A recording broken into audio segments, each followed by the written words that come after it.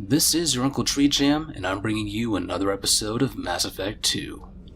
Last time we left off, we began debriefing with the crew of the Normandy SR2, including Joker, the pilot of the SSV Normandy from the first game, and who is now the pilot of the Normandy SR2. We have Jacob Taylor and Miranda Lawson, who are both high-ranking officials within Cerberus. We have Karen Chakwas, the Normandy's chief medical officer from the SSV Normandy. She is here aboard the SR2. And we had Rupert Gardner, the facilities technician and custodian. Apart from that, we just took some time to look around the vessel and see what's different about this vessel compared to the SSV. But we still have the engineering level to take care of. Let's over to Deck 4 and finish up the remainder of the tour.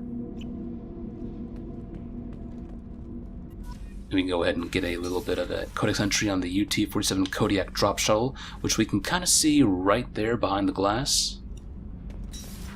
But here we have a console from Edie explaining a little bit of a difference regarding the deployment to missions from the Normandy in the Normandy SR2. What's this area of the ship? Normandy's cargo deck. It includes facilities to rearm and repair Normandy's embarked ground vehicle and shuttle. My last ship didn't need a shuttle. Why do we have one? This ship is nearly twice the mass of the previous Normandy. It is more difficult to land the ship on high-gravity worlds. Not sure what happened there, but okay. But basically, on high-gravity worlds, you're going to be less likely to actually pull off a successful landing without a considerable amount of difficulty and potential risk to the crew, so we're going to need to be deploying from the UT-47 Kodiak.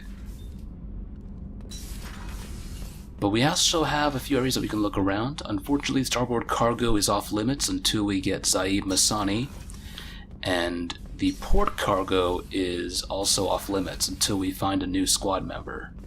And that's actually going to be dealing with Okir's dossier. We have a dossier for several new crew members, including Morden Solis, the Solarian professor on Omega, the warlord Okir, who I just mentioned. He is a Krogan who's been doing some controversial work into getting past genophage. I don't know if I call it curing it, but the way of surpassing the genophage, essentially. We also have Subject Zero, Jack, who is going to be a very powerful biotic addition to our crew. And we also have Archangel. We don't know much about Archangel other than he has a very unique skill set. He seems to be very experienced in the art of killing, and he is quite capable as a tactical officer. Hinting at a possible... well, I don't want to give it away. But we need to go inside here. Now, before we go talk to our two engineers, Ken Donnelly and Gabriella Daniels, we actually have a subdeck area, actually a stairwell area. And this is the area where we're going to be, where Subject Zero will be housed for the remainder of the game whenever she's on the Normandy, save for one key moment. But let's go and talk to our engineers, and we're going to learn a little bit about the Normandy and some of our two additional crew members. And here they are. You came all the way down here to see us? You're speaking to our commanding officer. Let's go ahead and just scare him a little bit. I didn't hear an officer on deck. I run this ship military. You two think this is all a joke? Yes, ma'am. No, ma'am. Won't happen again, ma'am. At ease. Who are you? I'm Engineer Ken Donnelly, handling the power control systems. This is Gabby.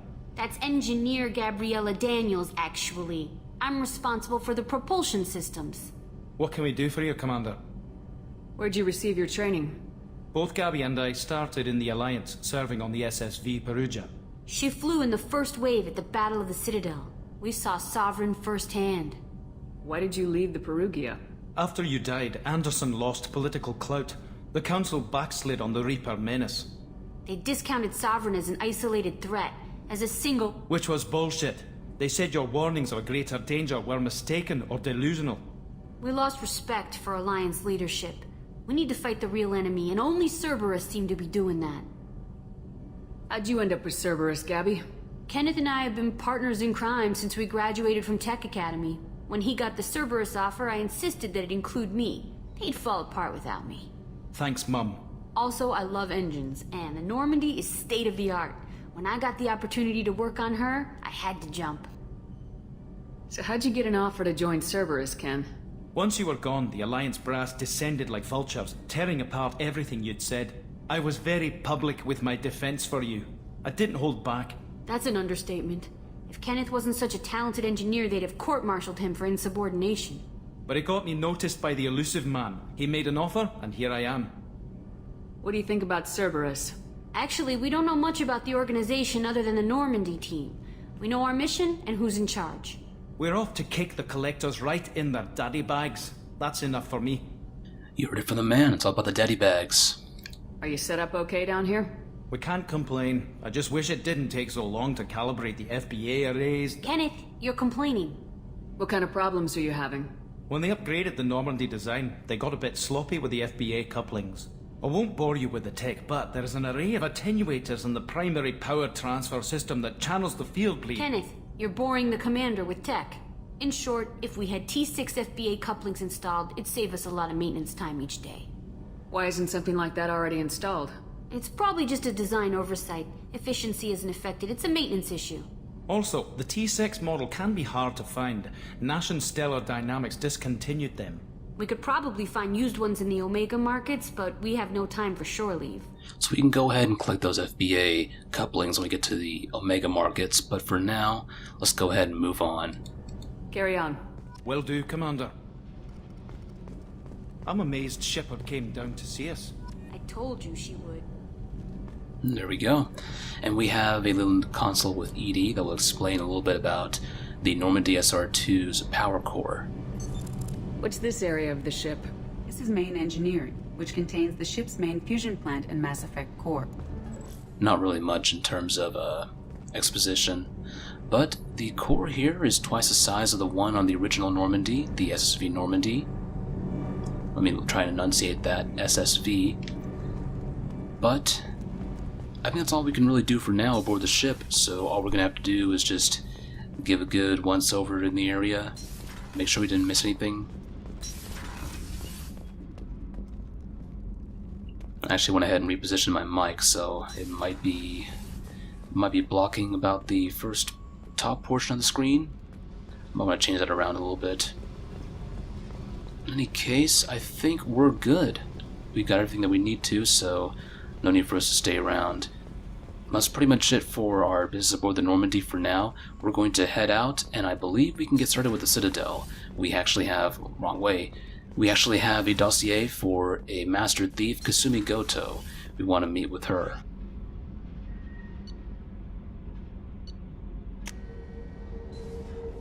Before we do, though, I do want to go ahead and look at the captain's cabin.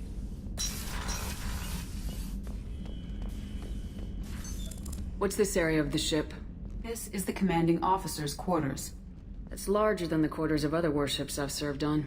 This is a Cerberus vessel, not an Alliance warship. Accommodations have been made for personal taste.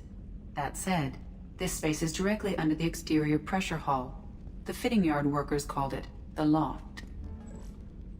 So we actually have a nice panel that shows us the areas of space around the Normandy.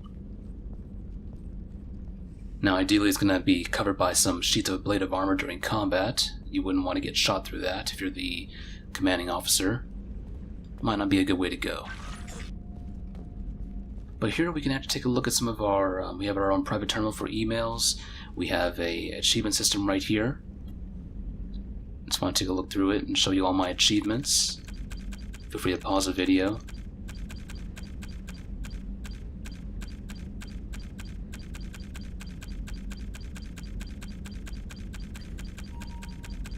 We just keep going. This is my way of just showing off the, bragging a little bit. I'm sure there's some sort of, hammer for hubris that's going to come down on me and say no. But unlike the SSV Normandy, the captain's quarters, as Easy mentioned, is much larger than the one of the previous ship. The SSV's quarters are actually very small compared to the SR2's. This is the SR2, and there's actually going to, for the most part, apart from color scheme and some wiring and such, this ship will be the same ship that we use in Mass Effect 3. So get used to the captain's quarters now, because once you get used to this place, you're pretty much going to be used to it for the third game as well. So, very roomy.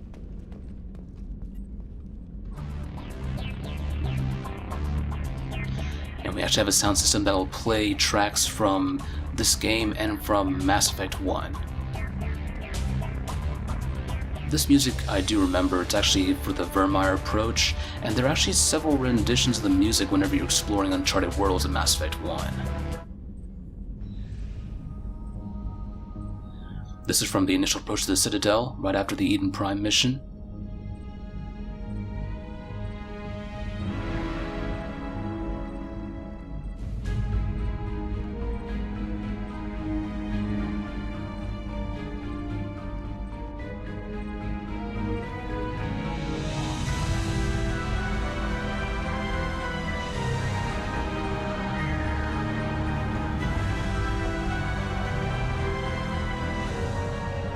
I'm not going to have time to keep quiet and go through each and every song and give it its moment to shine, but for that one at the very least I will do so.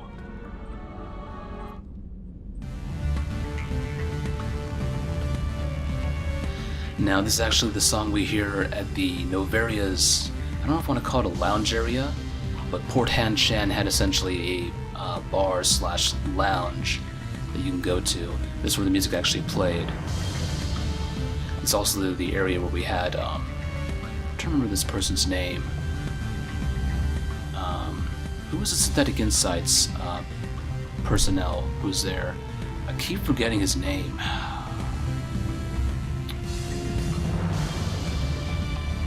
He was the one looking into Annihilus. I'm gonna go ahead and put a caption in there because my memory is like really bad right now.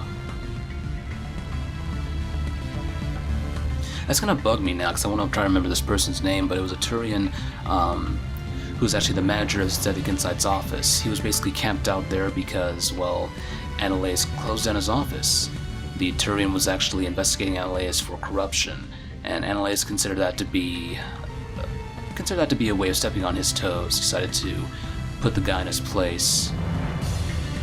He was a bit miffed about that.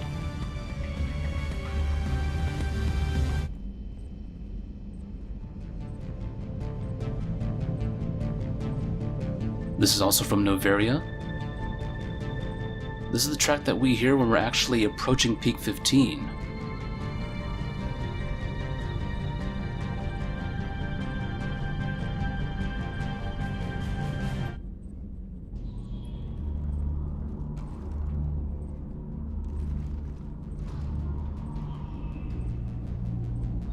Now the title of this track is actually Pharos, but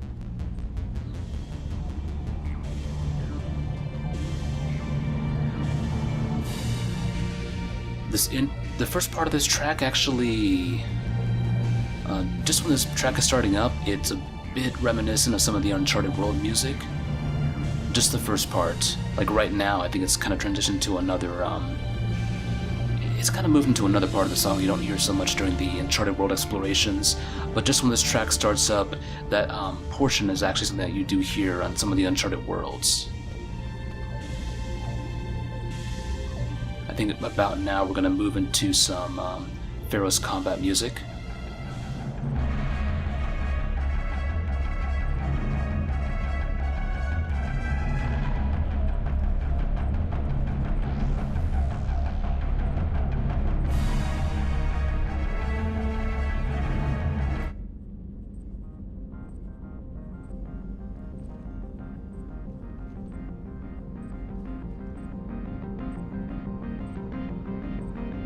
This is actually some of the ambient music around Port Han Shan on Novaria. Port Han Shan was pretty much the hub area for Novaria that we walked around and did some stuff at before we went to Peak 15. And if you wanted to revisit it, you can always go back to Opold, or is it Opold, I believe? I think it's Opold, yeah. Delaninder was the Hanar merchant in the Presidium. Opold was the Hanar merchant slash smuggler. Or rather, asked us to do some smuggling for him in order to get some goods for a Krogan mercenary slash bounty hunter named Inamorta.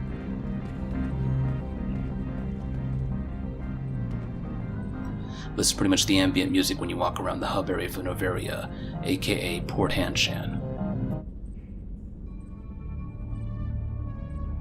And now I just remembered, the synthetic insights office manager was Laura Keene. I don't know why I forgot that name. Anyway, yeah, that's the name of the guy, Laura Keene. This track right here is the track for the CSEC area of the wards.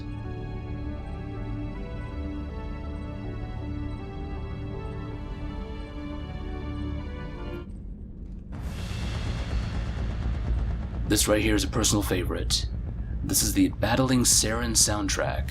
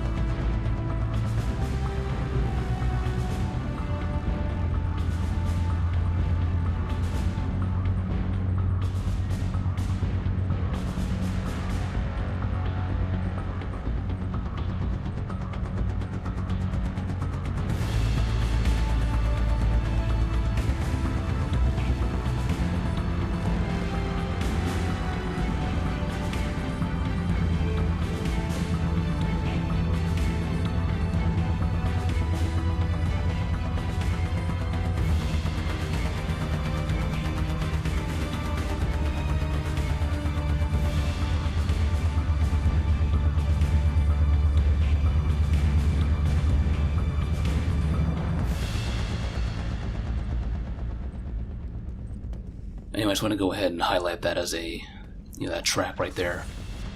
In Mass Effect 1, when you're fighting through to get to the Citadel Council chambers during the, essentially the attack on the Citadel, the battle for the Citadel, you get to hear the first portion of that track, but that first portion would always loop, at least during the initial approach.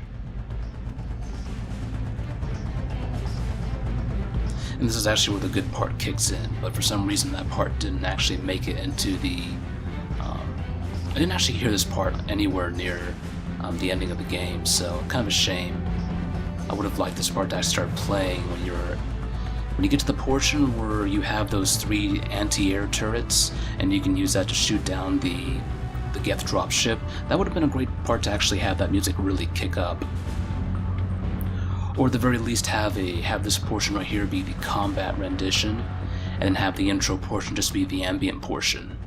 So essentially whenever you're fighting, you would have this portion play up. I would have liked for them to do that. Just have it that this portion plays up, and then if you're just like done, once you're done fighting off enemies, you can just hear the intro portion looping, and that would have been fine. But yeah, I'm basically ranting at this point. And here's a track we've not heard before, but we're going to be hearing it once we get to Omega, the Afterlife Club.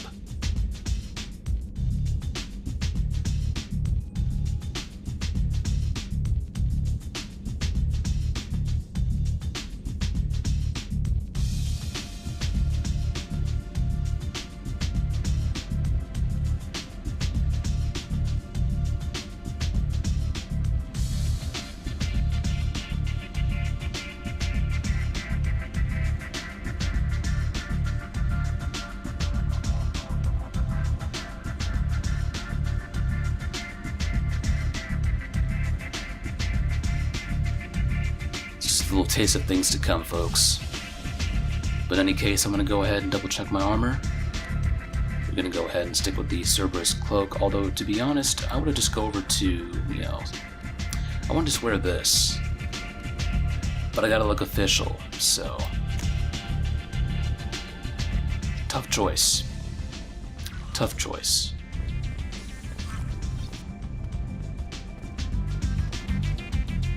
But that's pretty much it. We can go ahead and... We don't have any fish for now, but we can get some fish. It's entirely cosmetic. Mass Effect 3 has a thing where if you manage to keep... what was it? The pre-jack paddlefish? Some fish alive.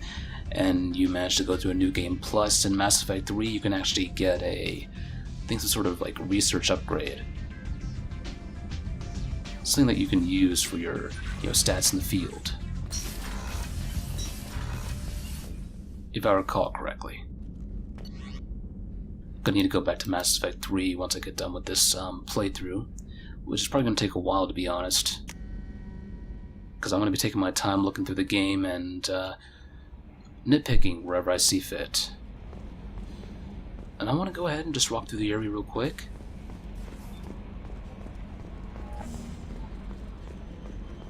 I think we already grabbed any codex entries that were in this level of the ship, so for now I think we're good. If I do miss anything, I'll come back in the next episode, but I believe we've got most, if not everything, that we need to. But it's time for us to go meet Kasumi Goto, and she is on the Citadel, so let's go ahead and head over there.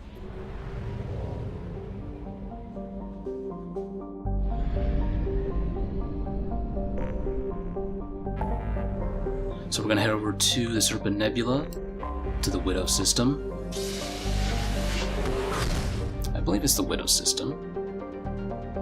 Not really much of a system, but it is an area of space within a Serpent Nebula. And here we go. And since we haven't been in the Citadel for a while, I do think it's time to read the description and get reacquainted with the station. It's been a while since 2183. Supposedly constructed by the long-extinct Protheans, this colossal deep space station serves as the capital of the Citadel Council. Gravity is simulated through rotation and is comfortable 1.02 standard Gs on the wards and a light 0.3 standard Gs on the Presidium ring. Now, we learned in Mass Effect 1 that the Citadel was actually constructed by a race called the Reapers, and that they serve as essentially the main antagonists for the first 3 games, with Mass Effect 2 focusing a little bit on the Collectors, but essentially the Reapers still remain the main threat. The Collectors are essentially just pawns. But for now, let's go ahead and dock the Citadel and meet with our mysterious informant, or not really an informant, but we could call her a very important asset, and hopefully she'll be joining us and helping us take care of the Collector threat.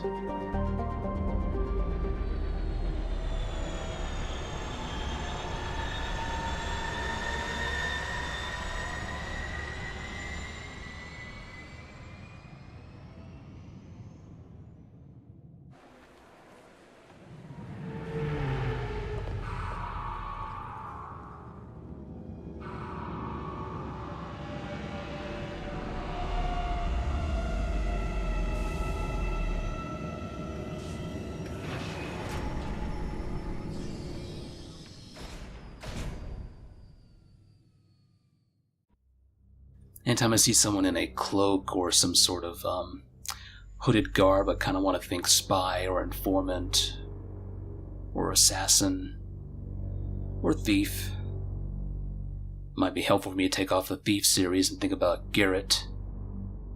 But for now, let's go ahead and take pretty much the only 2 squad mates we have, Miranda and Jacob. Now we're going to be filling out the roster, but for now, this is what we have for the time being. I am going to go and recruit Kasumi Goto, and then next time we'll go and recruit Zaid Masani, and then we'll just walk around the station. Might be better to have, I'm thinking, might not want to meet Anderson with Miranda and Jacob in tow. For lore reasons. But let me go ahead and just leave this right now. We're going to go ahead and save our points for later. We have Miranda. We can go ahead and put some points into... Let's make sure we get our overload and warp up, because we're definitely going to need those. And I'm going to want to have Miranda's passive talent up, because it benefits the entire squad, not just her. And I think we're going to leave Jacob the way he is for now. But there we go. There's not much we need to do in terms of loadout, so let's go ahead and just skip that and set foot on the Citadel. It's been 2 years since we've been here. In Mass Effect 1, it was 2183. Mass Effect 2 was 2185. So it's time to see what's changed.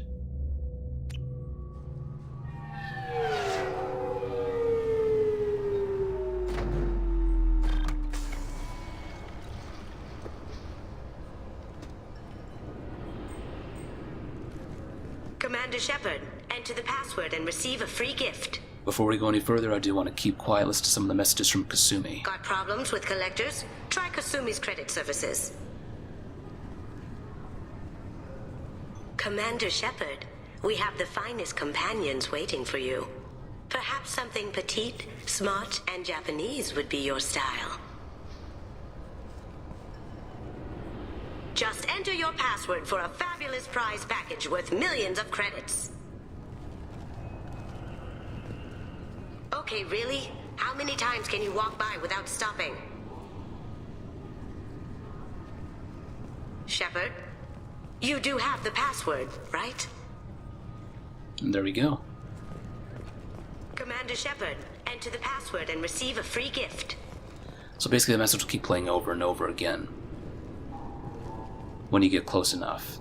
I did want to try and avoid going too close because here we actually have a conversation between a gunnery chief and presumably 2 Alliance soldiers, although they could also be members of the Citadel Defense Force. Just want to make sure I didn't get too close. Got problems with collectors? Please tell me your password, Commander Shepard.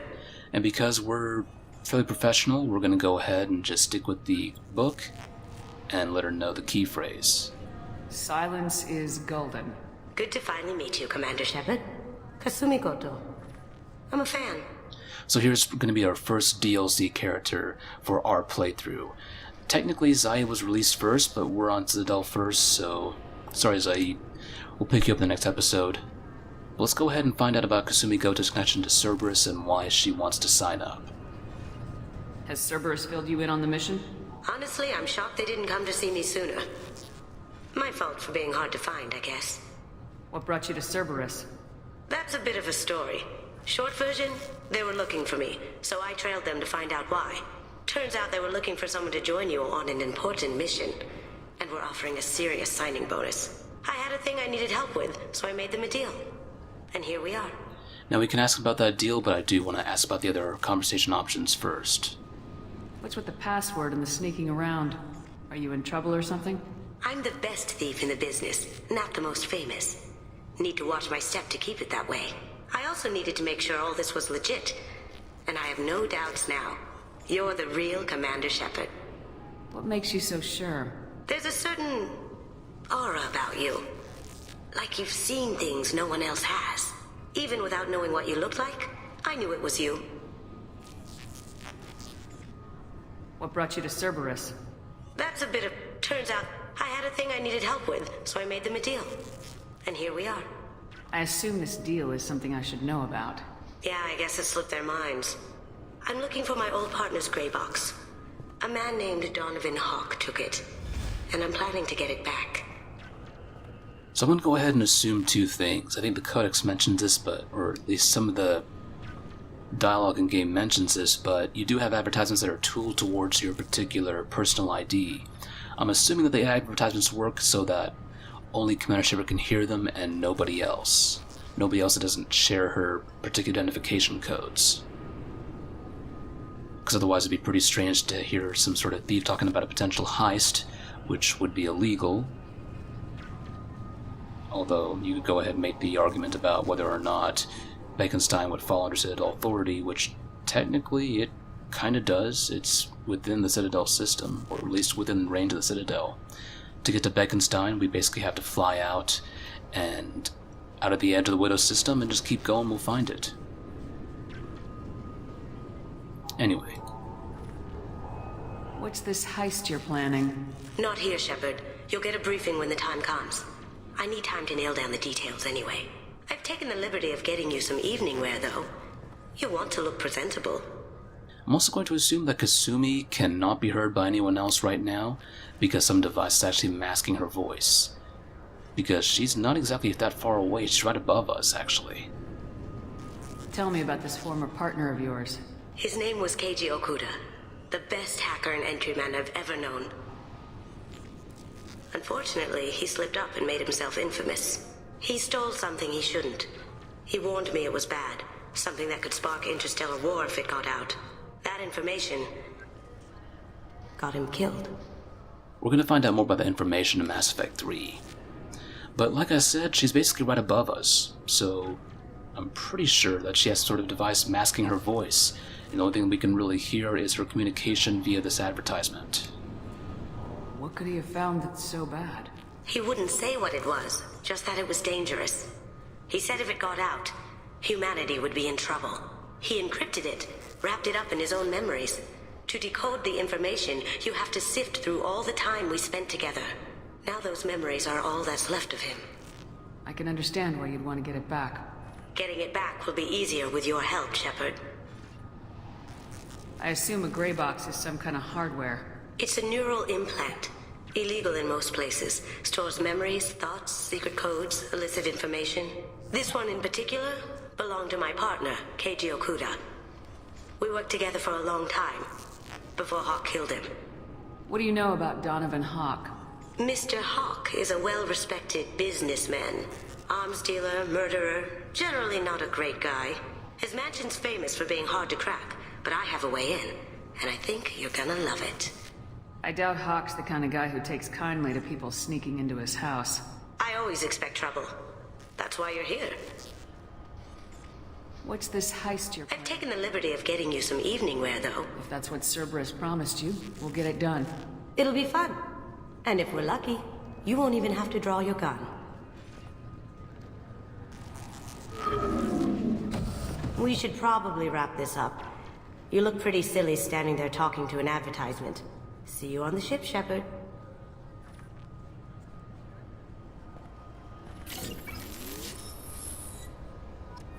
There we go. Kasumi Goto. I think the presentation is certainly impressive. I'm gonna hope that no one else can hack that advertisement that we were listening in on with Kasumi in order to talk to her. So, I think she knows what she's doing. This recruits is a 20-kilo ferrous slug. Feel the weight! Every 5 seconds, the main gun of an Everest-class dreadnought accelerates 1 to 1.3% of light speed.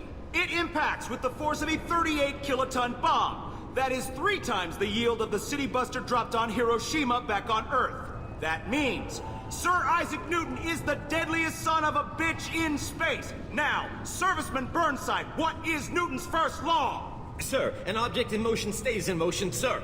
No credit for partial answers, maggot! Sir, unless acted on by an outside force, sir. Damn straight! I dare to assume you ignorant jackasses know that space is empty. Once you fire this hunk of metal, it keeps going till it hits something. That can be a ship, or the planet behind that ship. It might go off into deep space and hit somebody else in 10,000 years. If you pull the trigger on this, you are ruining someone's day, somewhere and sometime. That is why you check your damn targets. That is why you wait for the computer to give you a damn firing solution. That is why, Serviceman Chung, we do not eyeball it. This is a weapon of mass destruction. You are not a cowboy shooting from the hip. Sir, yes, sir. I'm gonna assume that the person right here, not Serviceman Chung, but Serviceman Burnside, sounds a lot like the voice actor for Raiden from Metal Gear Solid 2, 4, and for Metal Gear Rising: Revengeance. And I think the same voice actor is also the voice of Bane's son, Ullyatt. So, I might want to go ahead and double check, but it just sounds very much like that same voice actor. In fact, it sounds like almost spot on when it comes to Raiden's voice, so... In any case... I'm sorry, sir, but I'll need you to remove any biotic amp you might be wearing. What? Why? Unfortunately, sir, biotics can be used as a weapon.